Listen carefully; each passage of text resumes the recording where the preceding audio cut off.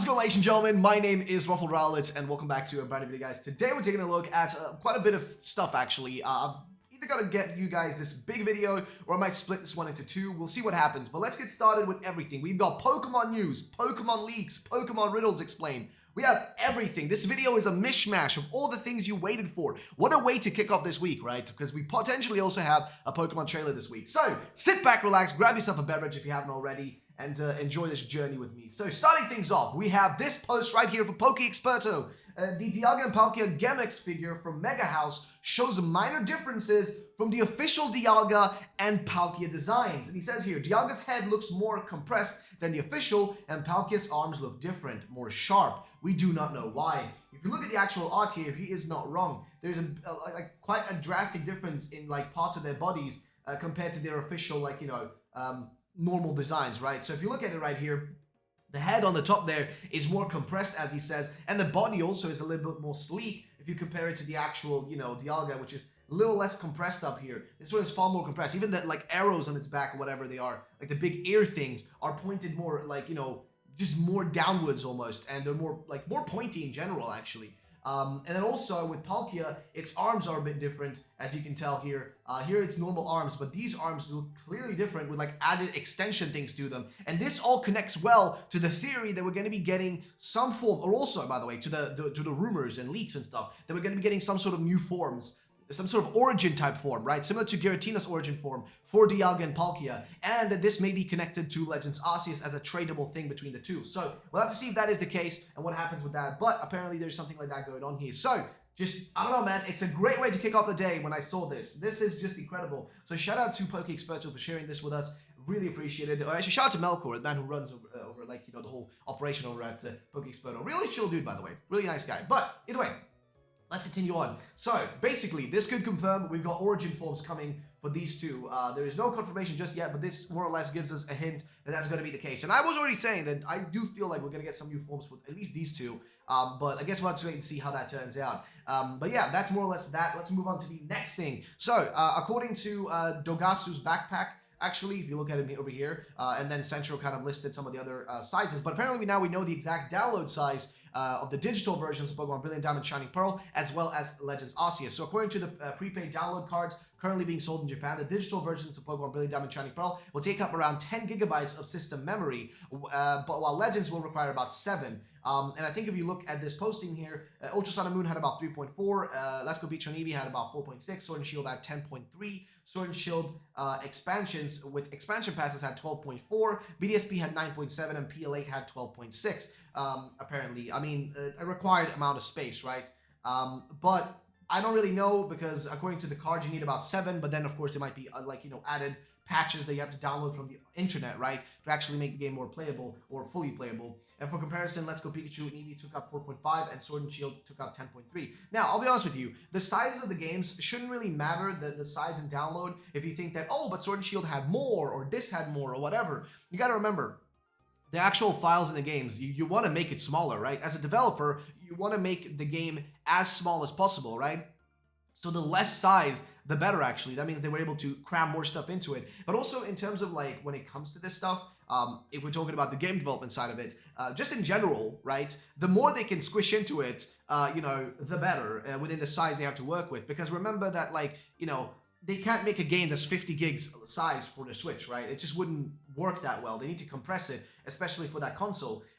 They need to make it smaller. And in this case, also remember that Sword and Shield had to feature quite a lot of new Pokemon and stuff like that. Whereas if you're making a game like this with like Legends Arceus, there are ways you can cheat. Like what I mean by that is, like, in game development, what my teacher taught me back in school when I went to school for game development, he actually taught me in school, cheat well. Like, it's called, like, in Swedish, fuska snyggt, right? Or cheat in a cool way, right? What I mean by that is, like, try to do things when you game develop that are clearly going to make, the viewers are not going to see it, right? Do things that will make the game smaller, more efficient, so it can run better, so the game can look more interesting, but in reality, you only did a little thing to make it cooler, right? Just do things that will make your work look better than it really is. And that's what these games have to do a lot of times. And that's what Pokemon has always done. It's more smoke and mirrors than anything, right? It's just like a smoke and mirrors type of thing. You're in one position, you can only see one thing. So them having a game at this size, I don't see as an issue at all. People are like, oh, but Brilliant Diamond and Shining Pearl are larger. Why is, Legends Arceus only requiring 7?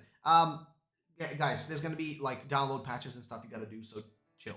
Okay. Anyway, let's continue. So that was that. Then we have this interesting little point here. One of the Pokemon Shiny Diamond and Pearl features that have been removed in the remakes is the secret bases and their customization with items and traps. In the remakes, you can only play statues. I think that's really unfortunate, actually, because it would have been cool to actually see this usable. But that's not all we're going to talk about. This is something that I think is interesting. Well, ladies and gentlemen, shout out to the people like Alutu who actually found this, which was posted by, again, Dogasu's backpack, I think. But if you see in the image here, he actually shows off these, cards from the actual store, which you can buy already. And in one of these cards, there is some interesting points. There is up right above my head here, you can see there is a Arceus. There's an image of Arceus, our actual first, I think, in-game image of Arceus. And above that, you have an image of, I think, what looks to be like the whatchamacallit, the captain or whatever that you're going to be working for, and the expedition team. Then over there, you also have on the other side, open up this image real quick. You have right here BDSP, and you specifically get to see like the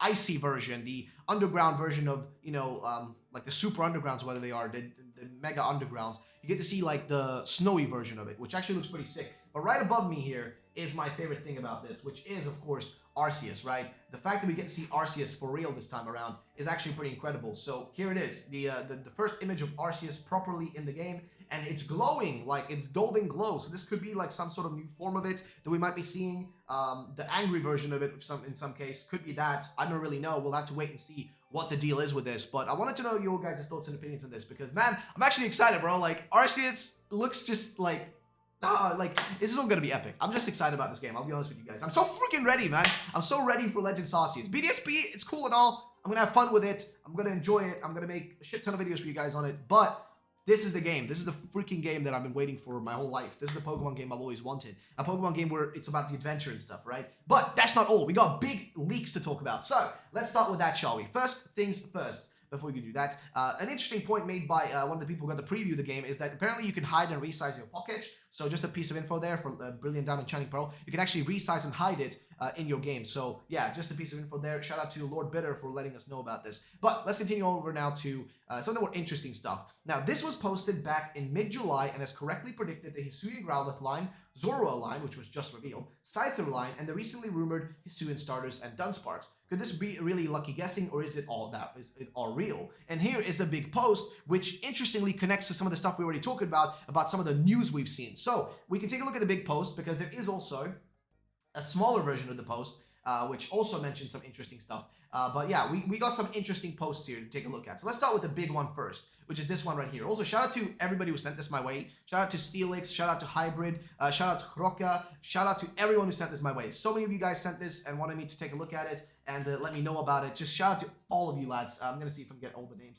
Eris, the Playful Nephilim as well. Thank you for sending me some other info, which I really appreciate. But yeah, more or less, we have a shit ton of, shit ton of stuff to talk about, basically.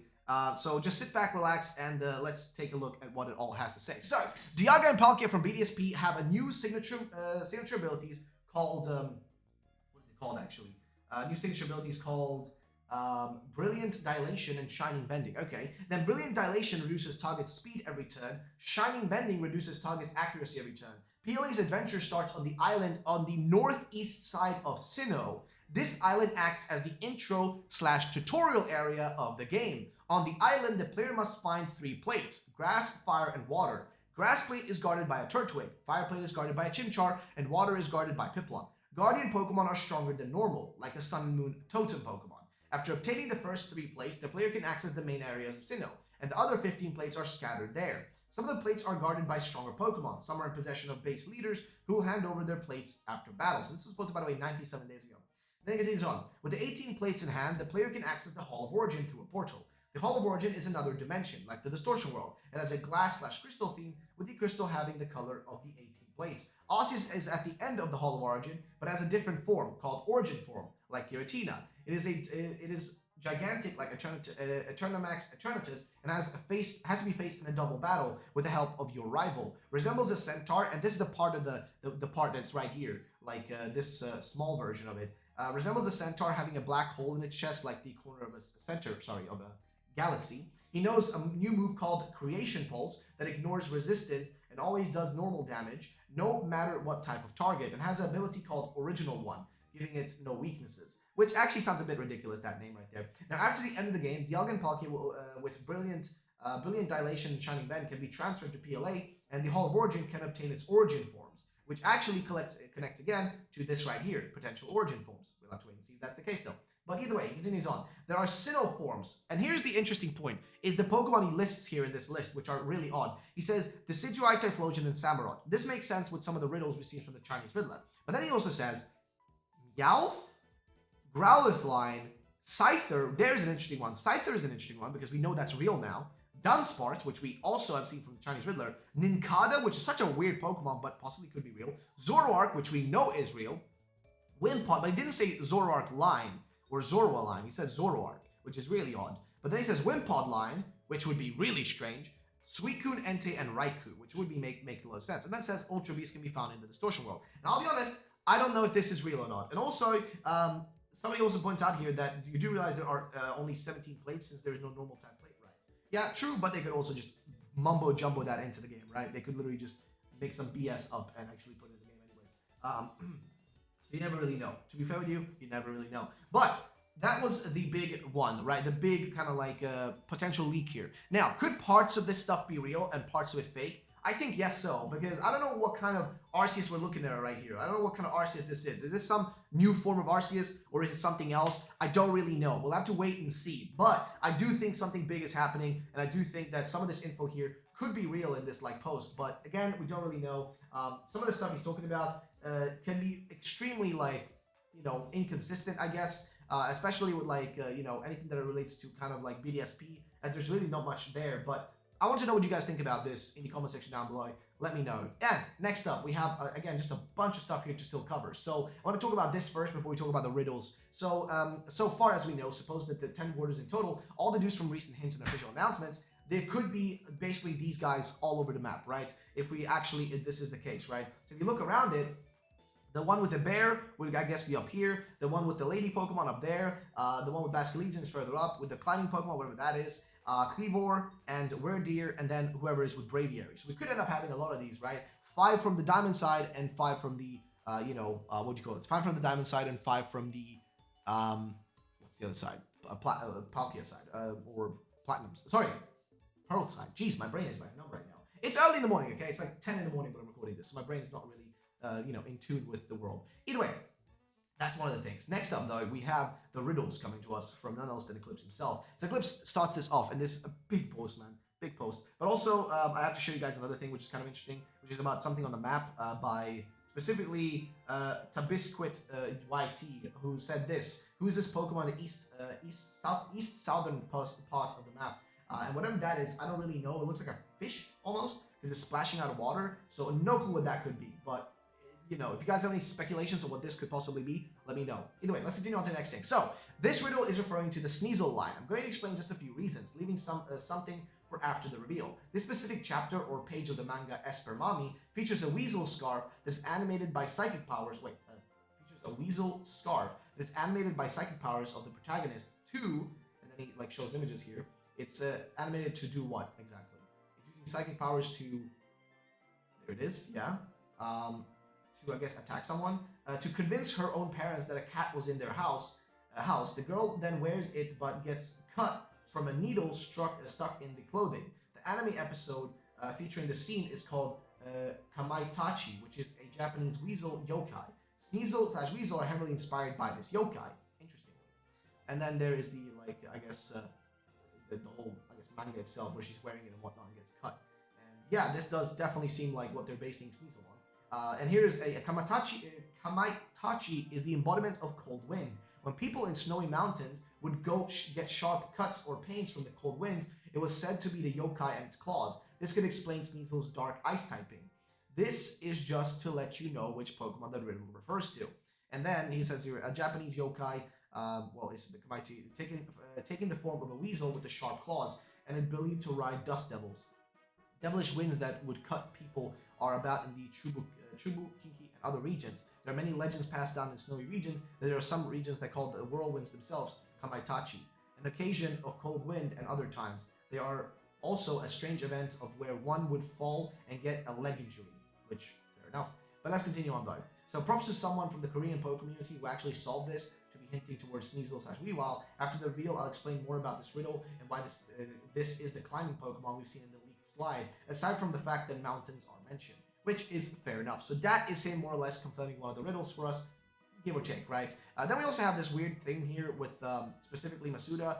He keeps like posting about like it being cold and then also hot, which could be him referring to, you know, typhoon has passed, it's hot. And then here it's like, you know, today Tokyo is cloudy, it's cold, which people like, you know, like for example, like Steelix is thinking that this could be referring to, in some way, referring to there being a Pokemon cold and warm version, a Pokemon hot and cold version.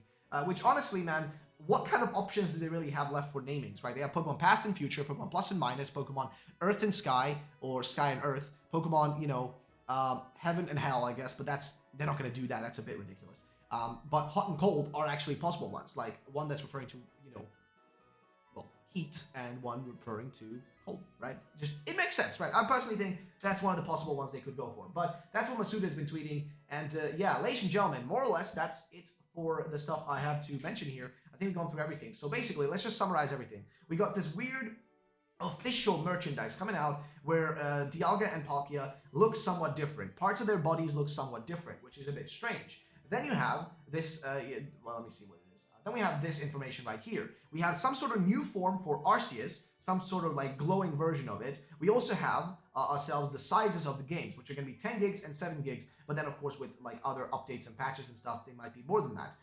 So we'll see how that turns out. There's not going to be any like customization besides statues in your secret base, which is unfortunate. Let's continue on. What else have we missed? There's this piece of information we got from one of the preview people that apparently we can resize our pocket so it's not too much in the way. And then also this random old Pokemon rumor / leak, if you want to call it that, which mentions there a bunch of stuff that actually ends up being real, but also a bunch of stuff that seems a little bit out of the ordinary and not really realistic. So yeah, is it real? Is it not? We'll have to wait and see if that is the case. Then, of course, we also have this map right here, which is an interesting point. And will we get 10 Wardens in total? We don't really know. We'll have to wait and see if that is the case. And then, of course, we have this breakdown of the Sneasel riddle from the Chinese Riddler. So we got that, and we're breakdown by Eclipse of the Chinese riddle. So we got that. And, of course, whatever this thing is on the map, because I've got no clue. It looks like a weird little fish boy. And then, of course, the Masuda tweets, which, by the way, Masuda tweeting usually is hinting something.